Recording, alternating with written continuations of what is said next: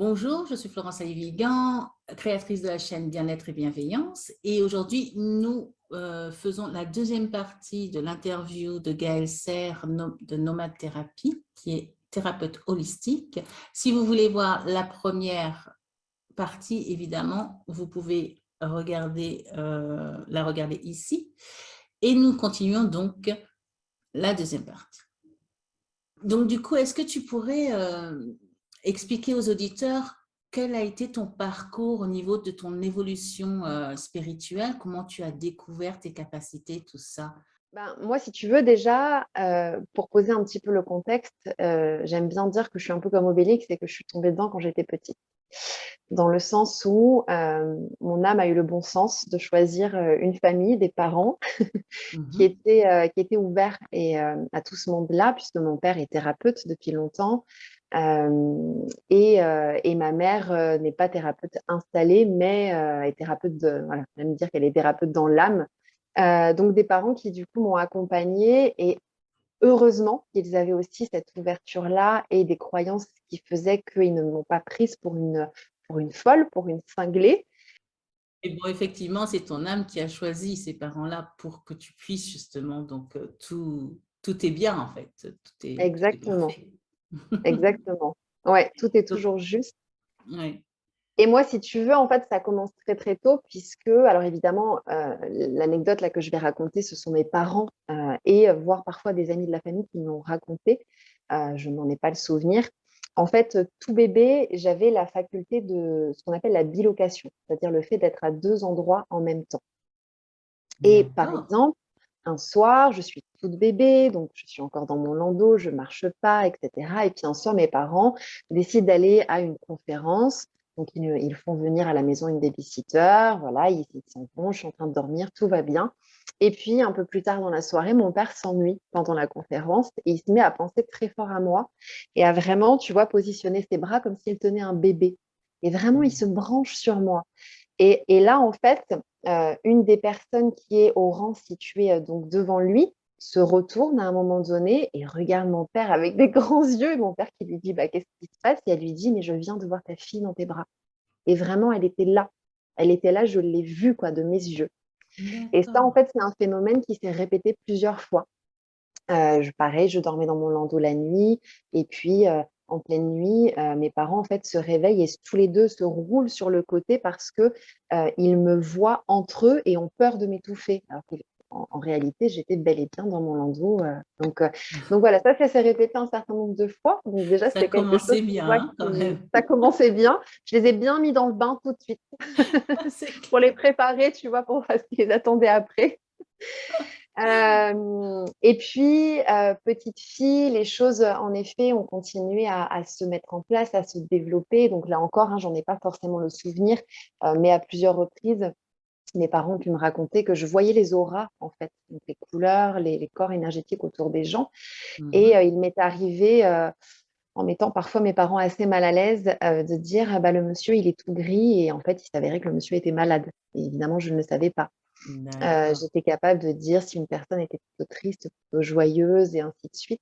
Donc voilà, un ensemble de choses qui finalement, dès la petite enfance, se sont mises en place. À l'âge de 10 ans, j'ai commencé à utiliser le pendule, donc je m'entraînais, voilà, très, très jeune, À 10 ans?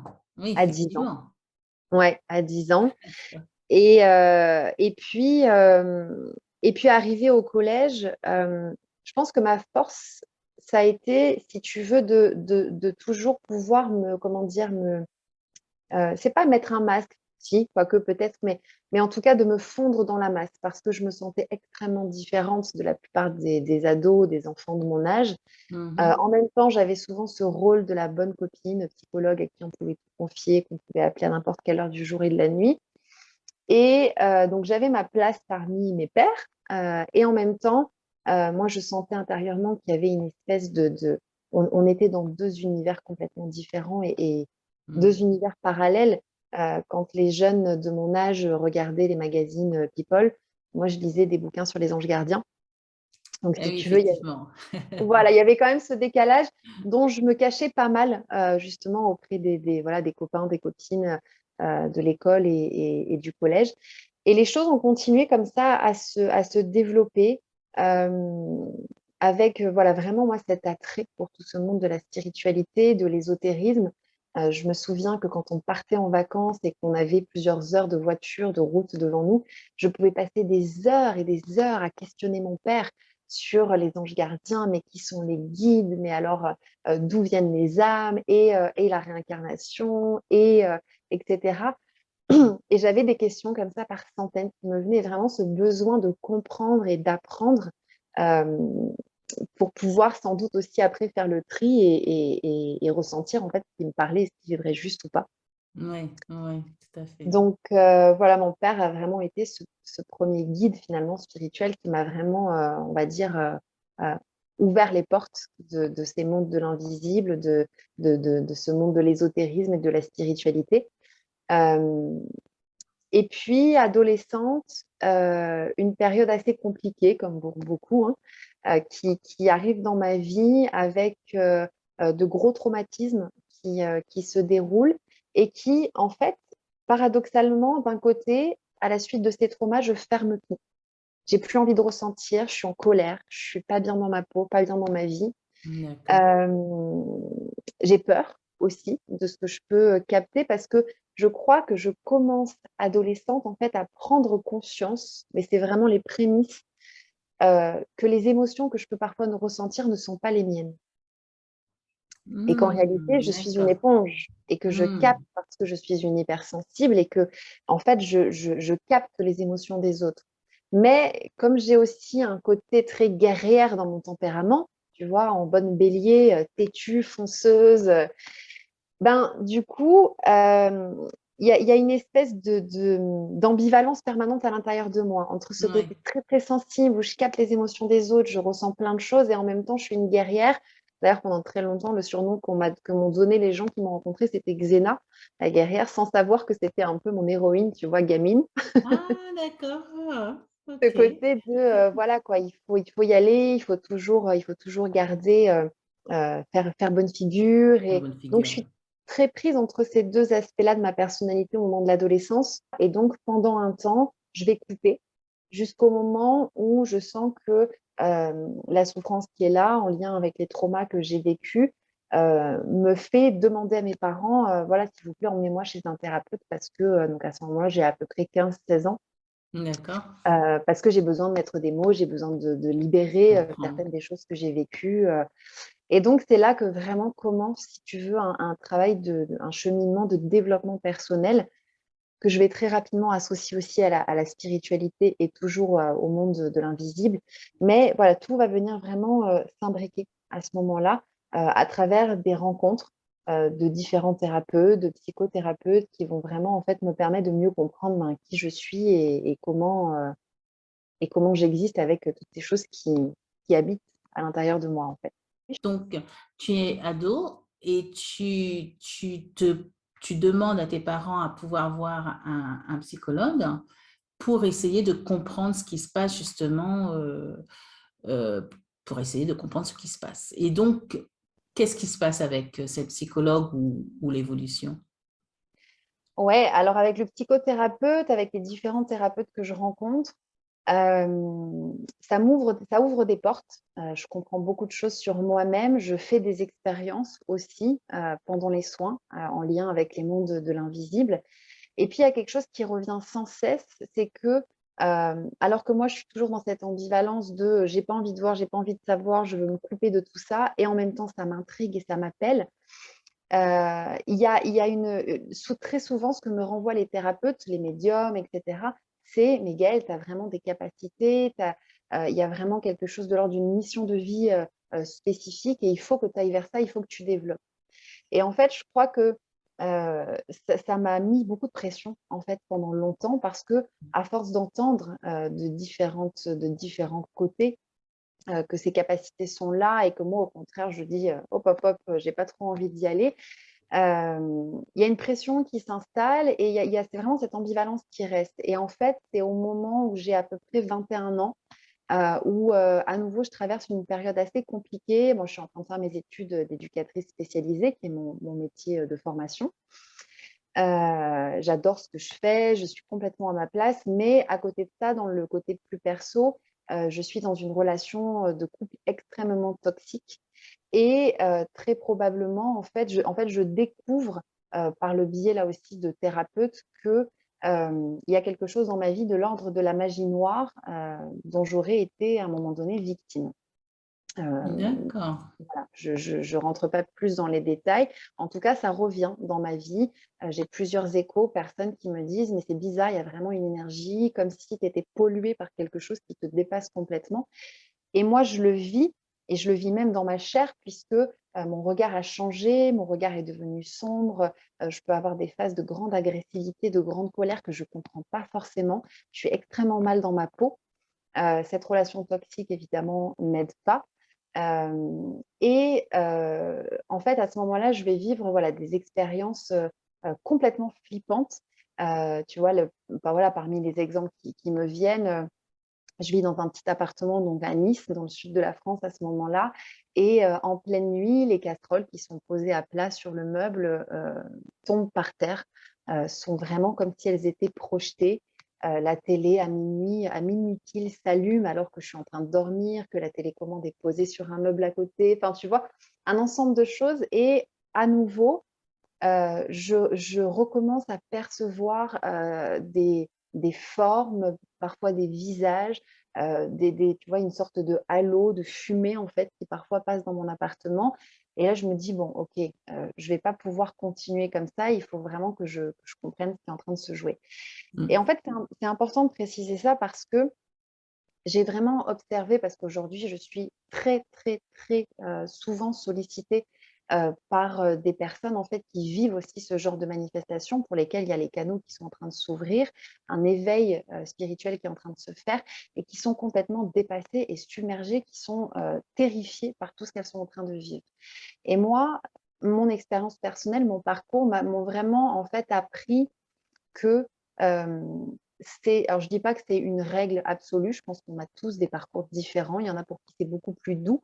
Moi, Oui, c'est bien passé quand sûr. même beaucoup par la violence quelque part de ce que je vivais, de ces choses qui étaient absolument terrifiantes et hem et en fait, je ça me ce enfin, je j'ai vraiment à cœur, tu vois, de pouvoir transmettre cette idée que, un éveil et un chemin spirituel, c'est des hauts, c'est des bas. Quand on a envie d'aller se connecter de plus en plus vers la lumière, automatiquement, à mon sens, en tout cas dans mon expérience, on va aussi se connecter à des choses extrêmement sombres. Parce on ne peut pas, en tout cas au début, n'être que lumière, et qu'être confronté à des choses sombres à l'extérieur, c'est aussi accepter les parts d'ombre qui existent à l'intérieur de nous, tu vois? Et c'est D'accord. vraiment cette idée de cet équilibre en permanence, hein, c'est comme le yin et le yang, il y a un peu de blanc dans le noir, il y a un peu de noir dans le blanc et on a besoin de trouver cet équilibre et parfois malheureusement, je le mets sur un entre guillemets parce que d'un point de vue humain, malheureusement et en même temps, il y a toujours un cadeau au bout du chemin. Mais ça passe aussi par des périodes comme ça, des périodes de doute, des périodes où, tout se referme parce que soit nous-mêmes demandons à couper tout ça, soit parce que, les guides aussi nous coupent parfois la connexion pour justement nous apprendre à venir nous réancrer, nous apprendre à nous protéger, à moins, être, éponge et à moins capter finalement tout ce qui se passe. Donc c'est vraiment aussi, tu vois, tout ce cheminement-là, qu'il est important d'avoir en tête, pour peut-être des personnes, ben, qui, voilà, seraient en ce moment en train de vivre justement ces phases où elles sont connectées à des choses extrêmement sombres, où on peut être pollué par, des entités, des âmes errantes, ça fait partie aussi du chemin. Voilà Mmh. et ça a du sens. Et quel serait ton conseil par rapport à ces personnes qui sont vraiment dans cette phase en ce moment, surtout en ce moment, c'est pas, hein? On va pas le dire, mais bon, on sait de quoi on parle. Qu'est-ce que tu conseillerais justement alors? Plus centré, D'accueillir, centré, centré? ouais, d'accueillir, d'accepter. Alors sur le papier, c'est très joli et c'est Mmh. facile. Dans la pratique, évidemment, dans le quotidien, ça l'est moins. Mais, tu vois, moi, des conseils que j'ai pu recevoir à une époque et qui m'ont beaucoup aidée, c'est vraiment d'intégrer aussi l'idée que si on vit ça, si on attire aussi ce genre d'énergie parfois sombre, ça ne veut pas dire qu'on est des mauvaises personnes. Ça veut Non. simplement dire qu'il y a des choses qui émergent, qui sont là, qu'on a besoin de passer par là. Ça veut dire aussi que notre âme est prête. Parce que on dit souvent qu'on vit des choses que l'on est en capacité, en mesure de pouvoir gérer et dépasser et sublimer. Donc, c'est vraiment voilà, de garder en tête, tu vois, il y a une image qui me vient, qui m'est restée depuis toutes ces années. Un thérapeute, une fois, m'avait dit, mais quand on allume une bougie, toutes les bestioles viennent se coller autour parce qu'il y a de la lumière et que c'est ça qui les attire. Et c'est un petit peu ce qui se passe, c'est-à-dire que quand quelqu'un est dans justement cet éveil spirituel et l'éveil de ses dons, de ses capacités, très souvent, automatiquement, ça va aussi, j'allais dire, attirer des curieux, des âmes qui peut-être ont envie de s'amuser, peut-être, voilà, parce que justement, il y a cette lumière qui se dégage. Donc, c'est vraiment de garder en tête que notre âme, si on expérimente ça, c'est qu'elle est prête et c'est qu'on a les capacités. Donc, c'est aussi de faire confiance à cette partie de nous, à notre âme, et de lui dire, OK, maintenant, je te laisse gérer parce que moi, je n'ai pas encore les outils dans le concret, dans la matière pour pouvoir faire face à tout ça. Mais je sais que si c'est là, c'est que c'est juste, c'est que ça a sa place. Et ça passera certainement par des phases, des hauts, des bas, un peu les montagnes russes. Et c'est ça aussi le chemin, comme dans la vie, en fait.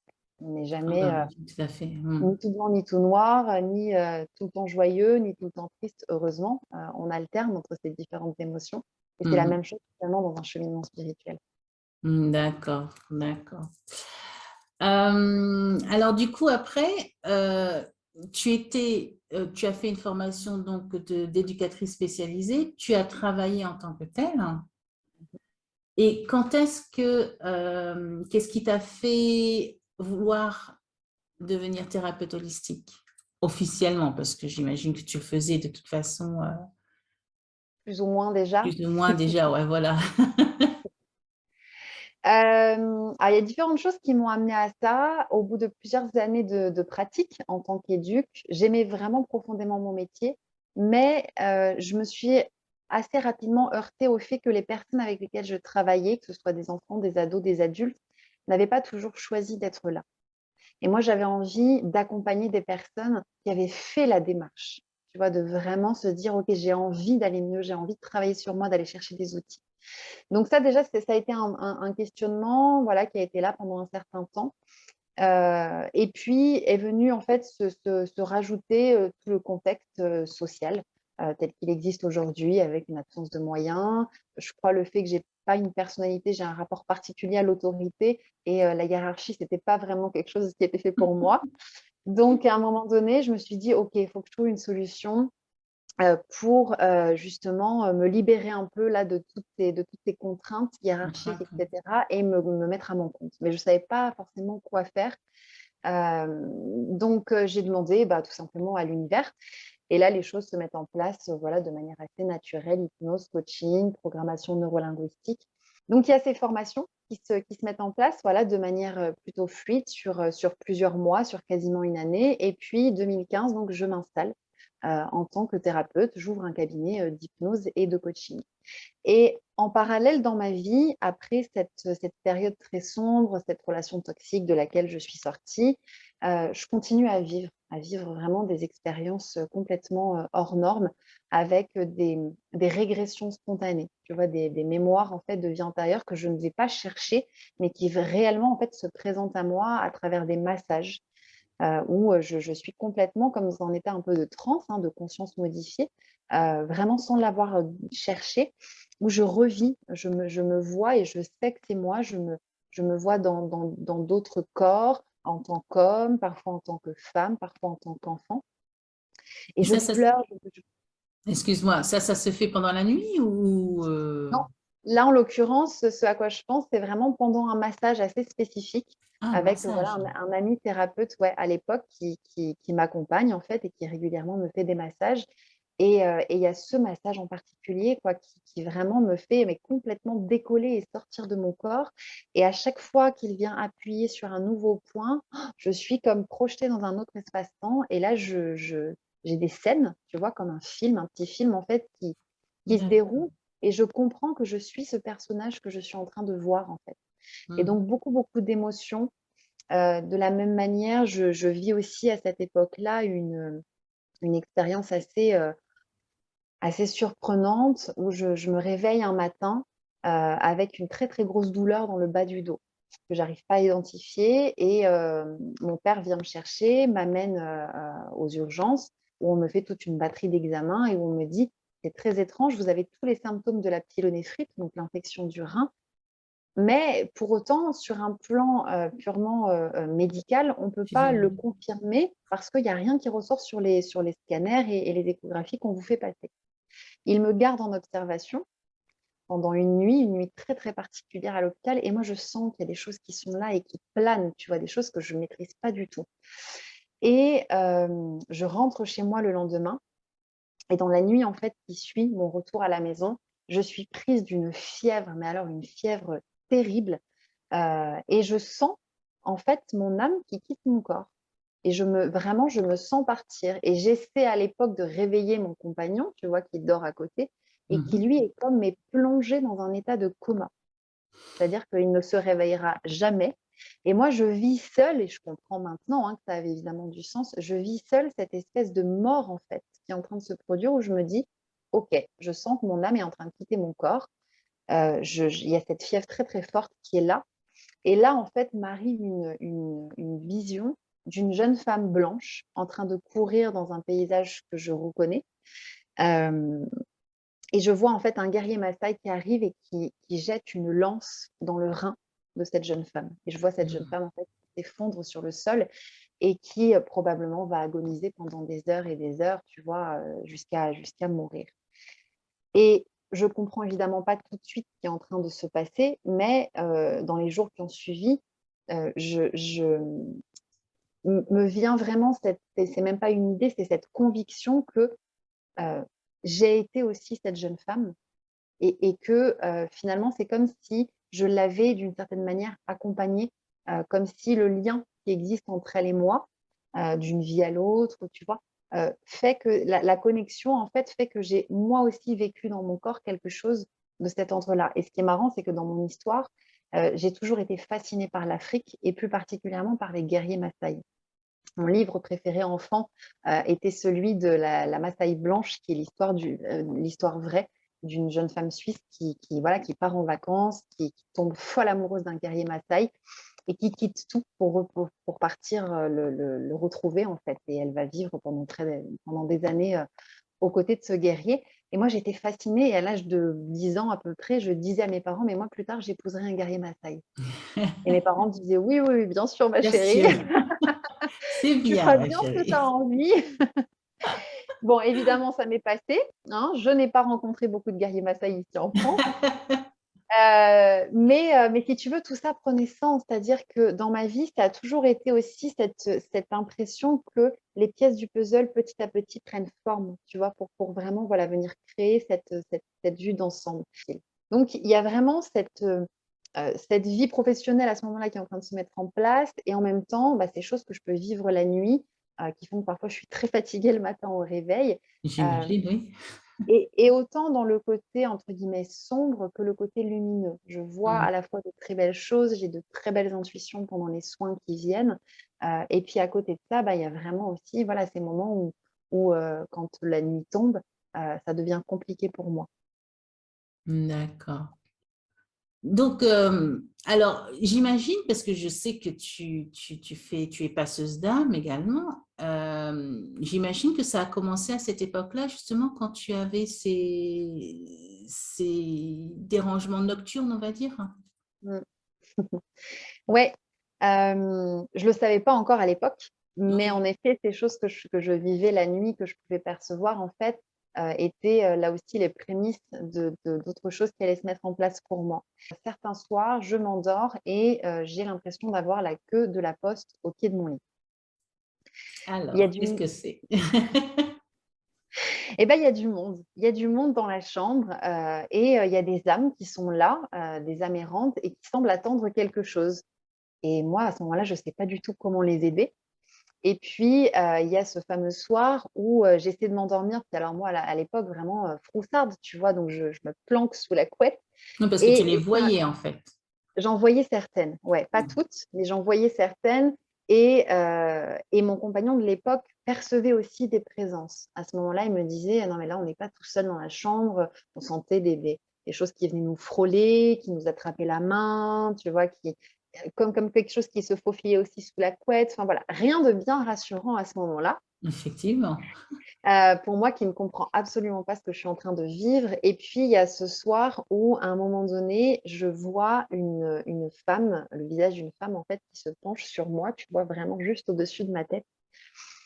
Et là, de manière hyper naturelle, comme si vraiment j'étais à nouveau dans un état de transe, un état de conscience modifiée, je me lève, je vais chercher, un objet qui m'avait été offert peut-être 1 ou 2 mois avant, au moment de mon anniversaire, qui est un triskel.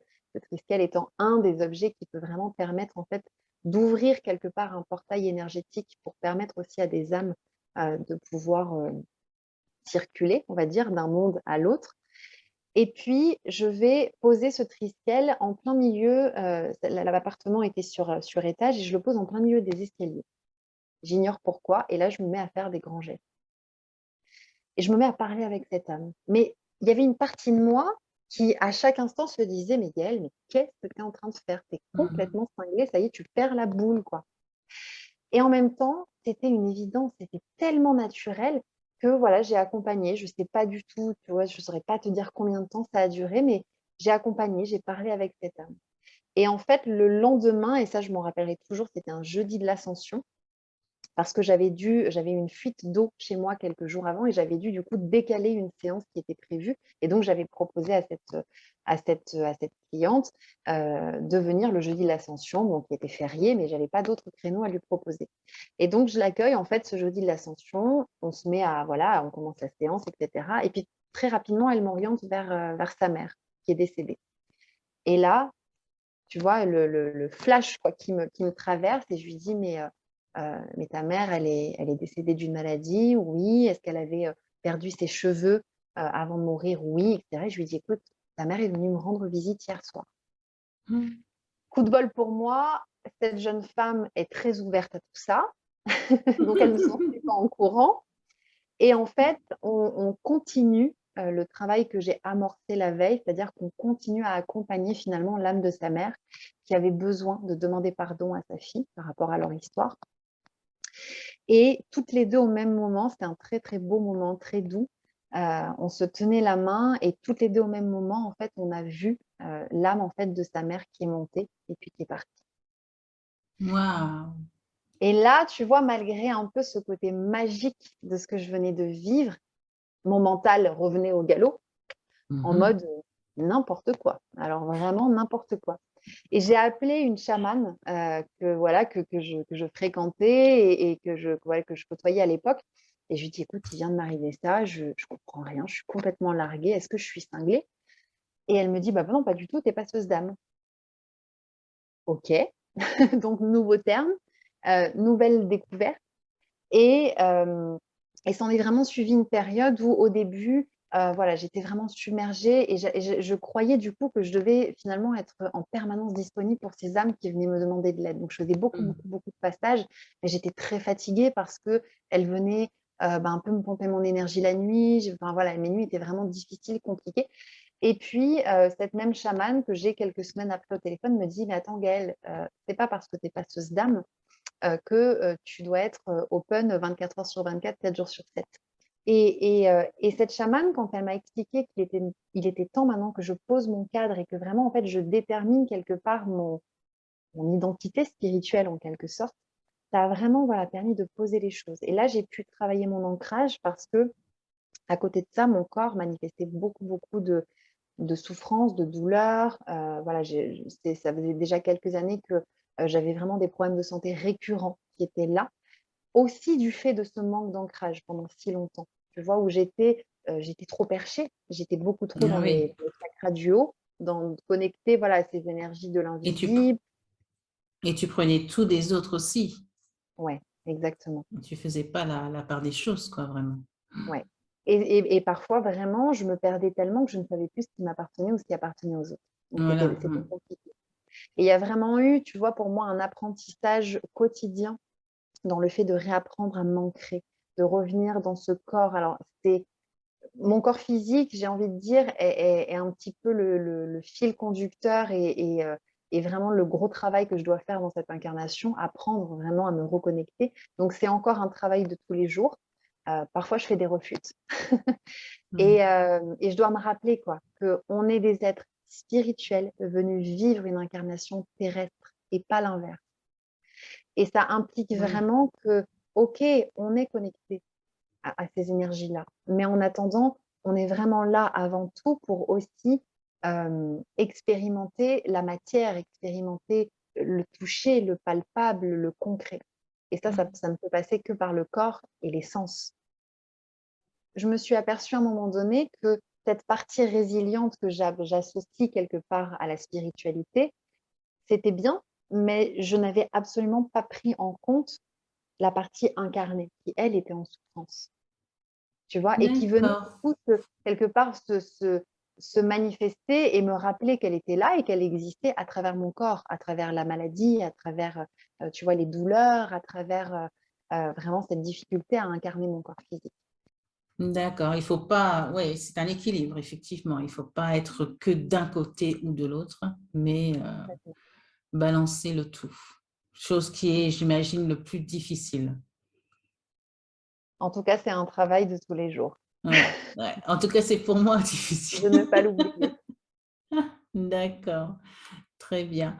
Et donc, du coup, c'était ta première expérience de passeuse d'âme.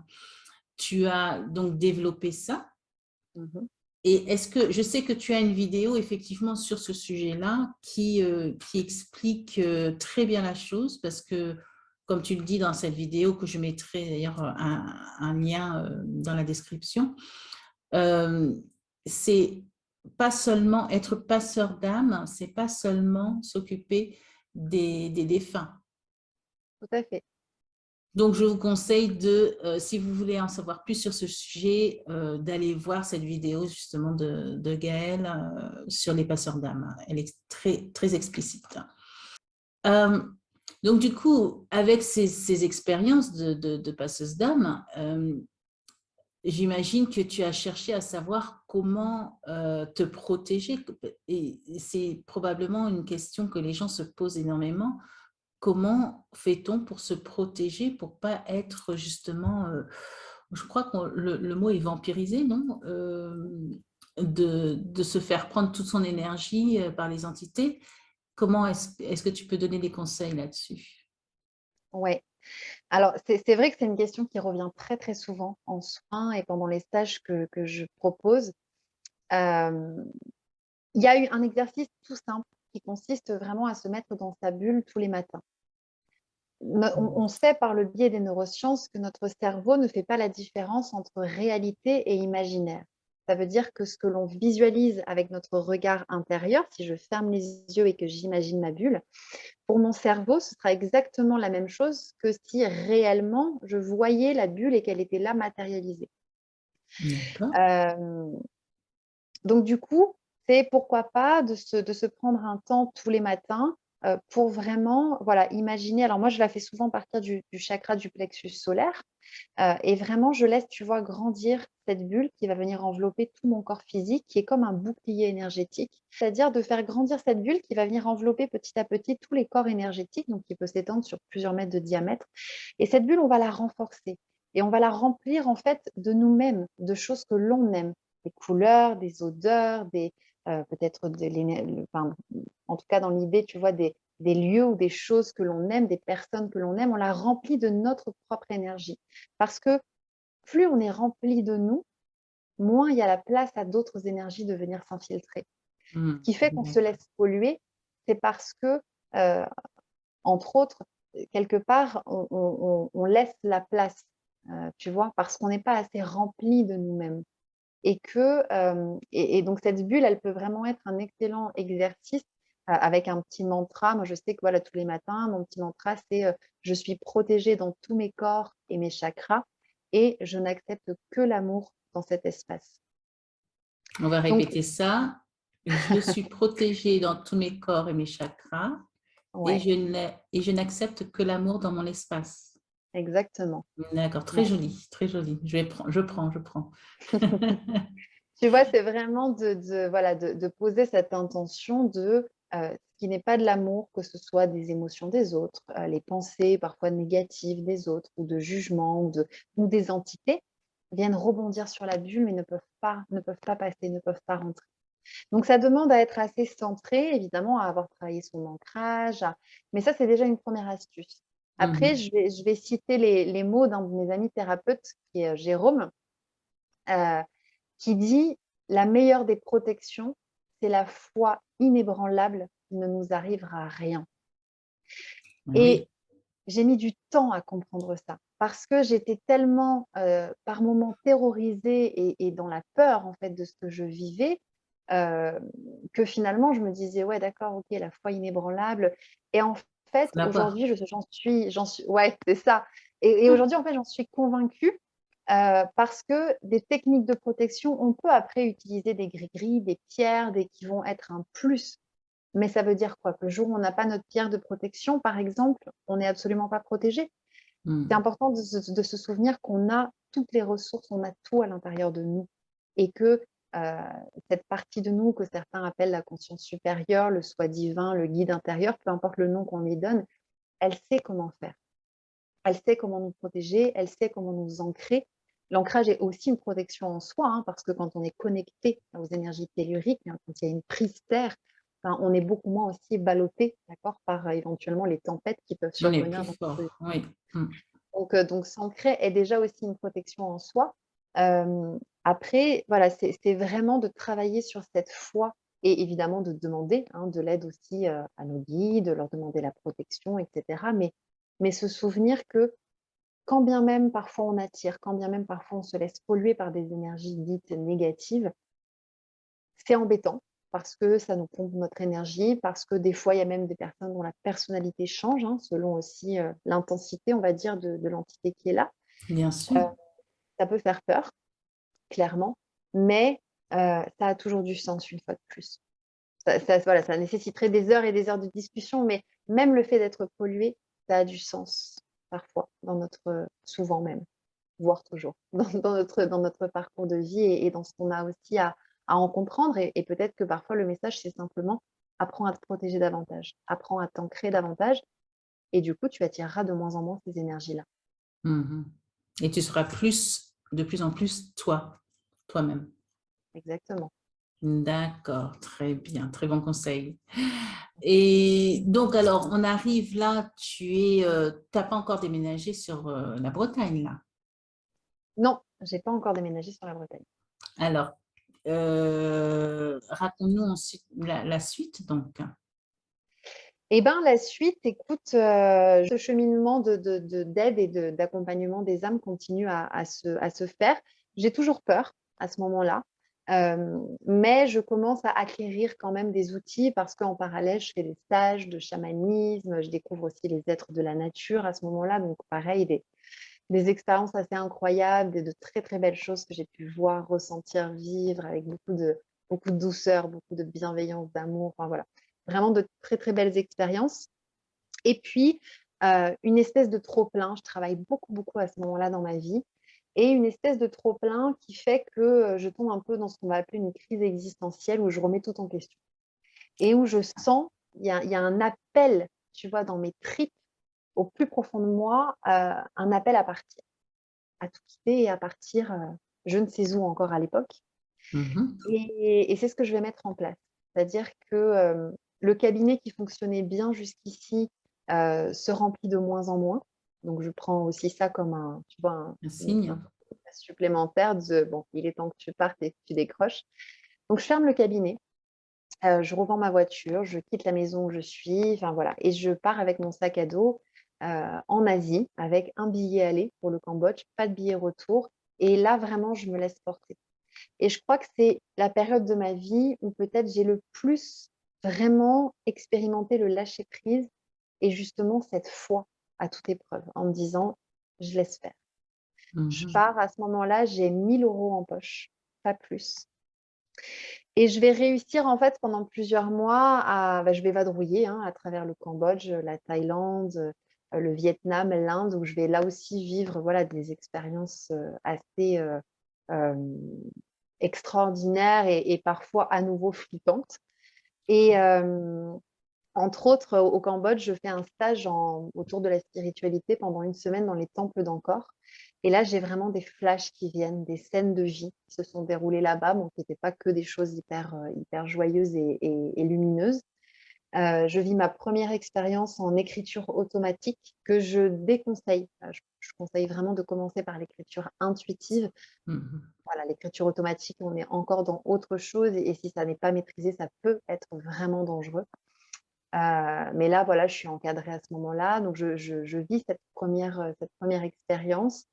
Un peu plus tard en Inde, je, je dors dans une guest house et puis un matin, je me réveille, j'ai vraiment un sentiment très étrange, tu vois, comme quelque chose qui vient de se passer, mais que j'arrive absolument pas à définir. Et puis j'entends des cris dont je n'arrive pas à identifier si ce sont des cris, tu vois, de gens qui font la fête, ou si au contraire ce sont des cris comme des pleurs, comme des Mhm. plaintes. Et c'est j'arrive pas à me connecter, mais je sens une espèce de lourdeur. Et en fait, j'interroge la personne donc, qui tient la guest house où je suis et je lui dis, mais qu'est-ce qui se passe? Et enfin, juste avant ça, en fait, j'ai le flash d'un enfant mort par noyade que l'on tient comme ça entre ses bras. Bon, et je me dis, bah, qu'est-ce que je fais avec ça? Euh, et donc, je vais interroger la personne de la guest house et je lui dis, mais qu'est-ce qui se passe? Qu'est-ce que c'est que ces cris qu'on entend?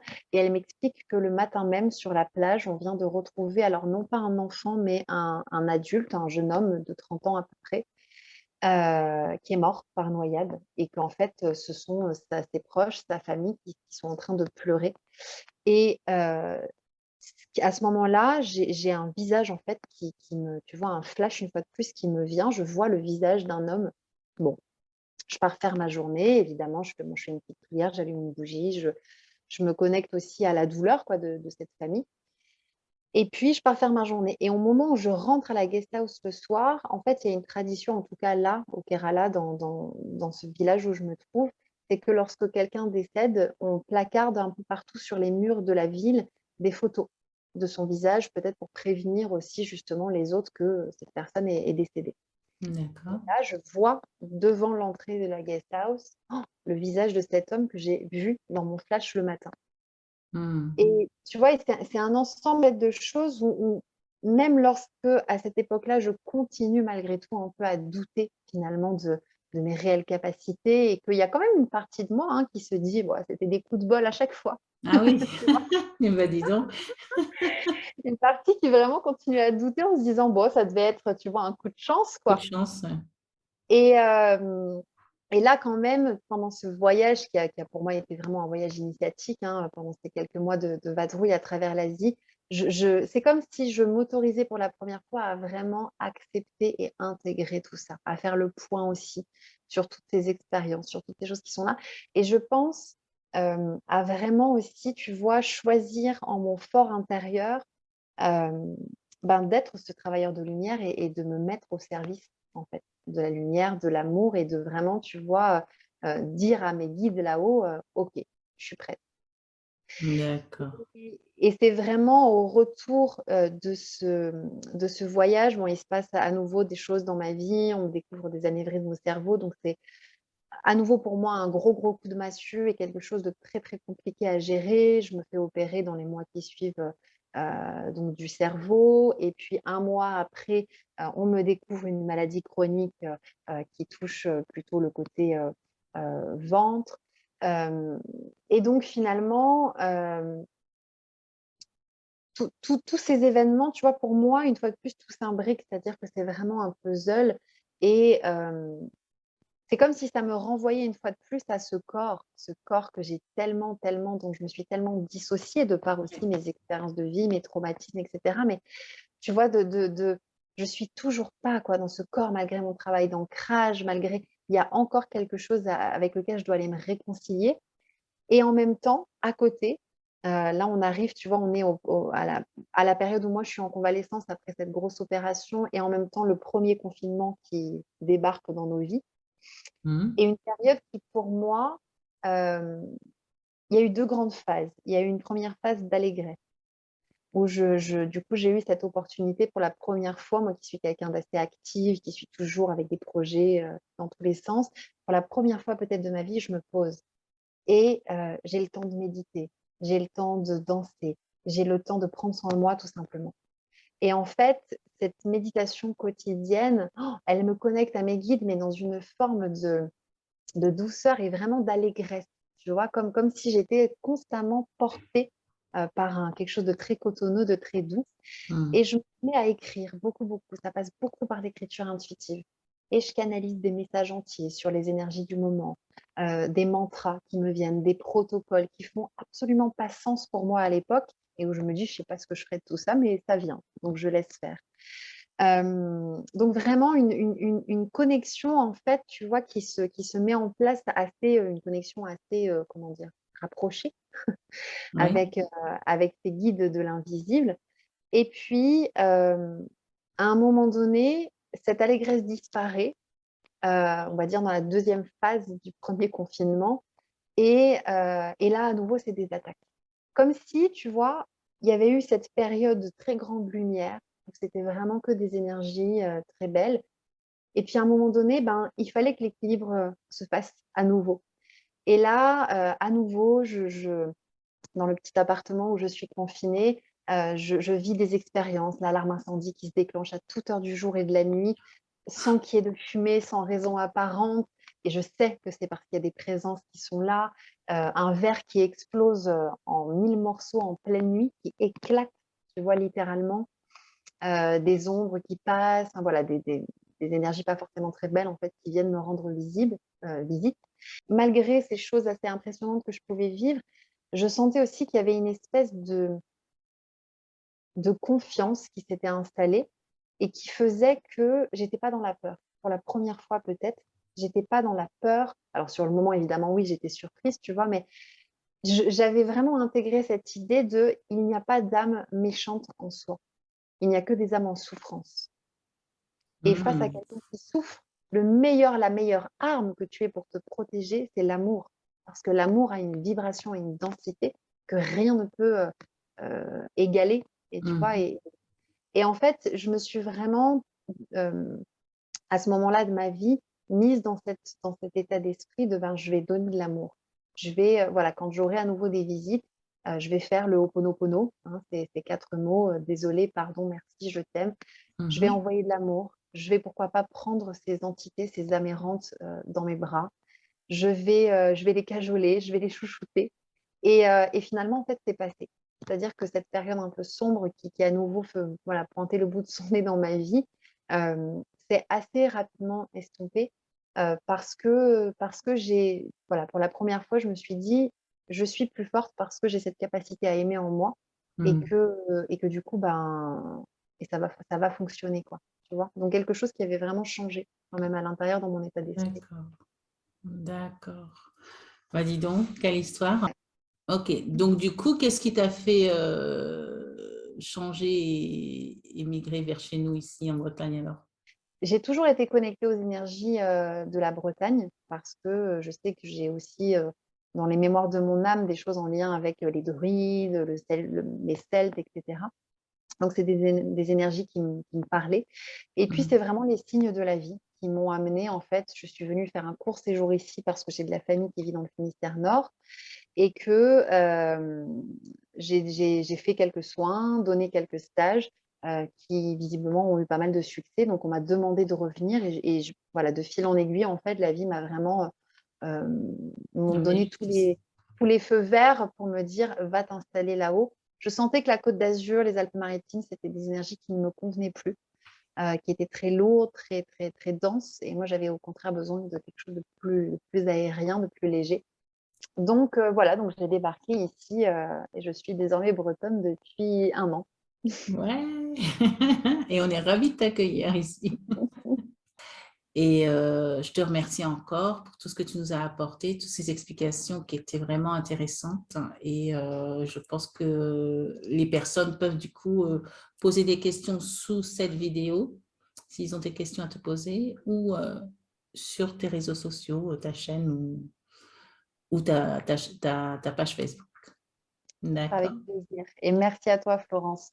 De rien. C'était un plaisir pour moi.